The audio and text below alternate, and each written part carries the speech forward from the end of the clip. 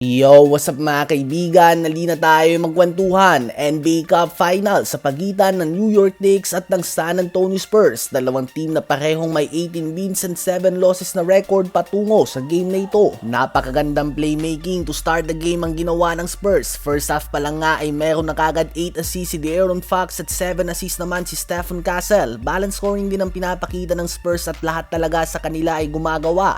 Ganun pa man ay hindi nga sila makalayo sa Knicks. Nabaon lamang nila ang 2-point halftime lead sa score na 61-59 at malaking dahilan nga dyan ay ang 20 first half points si OG Anunoby at 15 points naman mula kay Jalen Bronson.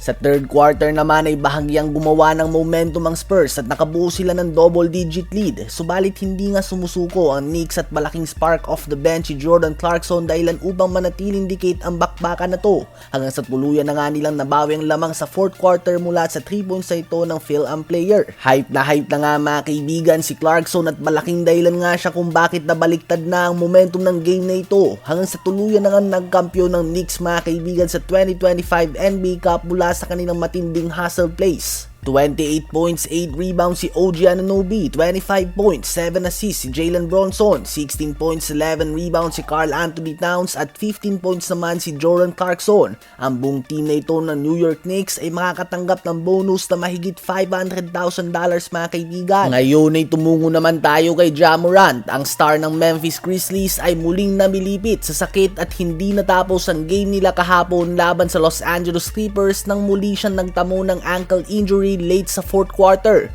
Kakabalik lang nga ni Morant mga kaibigan sa Grizzlies matapos sa magpahinga ng 11 straight games dahil din sa injury. Sa sobrang dalas na tamaan ng injury ay may minutes restriction pa nga siya ngayon at injured na naman siya ngayon mga kaibigan. Hindi pa siya hinahayaan ng Grizzlies na maglaro ng more than 25 minutes per game at ngayon ay injured na naman siya at pagbalik niya mula sa injury na ito ay meron na naman siyang panibagong minutes restriction. Si Ja Morant ay nagtala lamang ng 12 points kahapon on 4 of 12 shooting sa field at ngayong season nga ay nagkakalat talaga si Ja mga kaibigan. Bukod nga sa 14 games pa lamang na ilalaro niya dahil sa iba't ibang injury, siya ay may average lamang ngayong season na career low 17.7 points, 3.5 rebounds and 7.5 assists per game on 35.7% shooting sa field and 19.4% shooting naman sa 3-point line. Ang lakas nga ng loob niya na laitin si Klay Thompson at tawagin na laos na literal nga ang laos na version ni Klay Thompson ay mas efficient pa rin sa kanyang prime.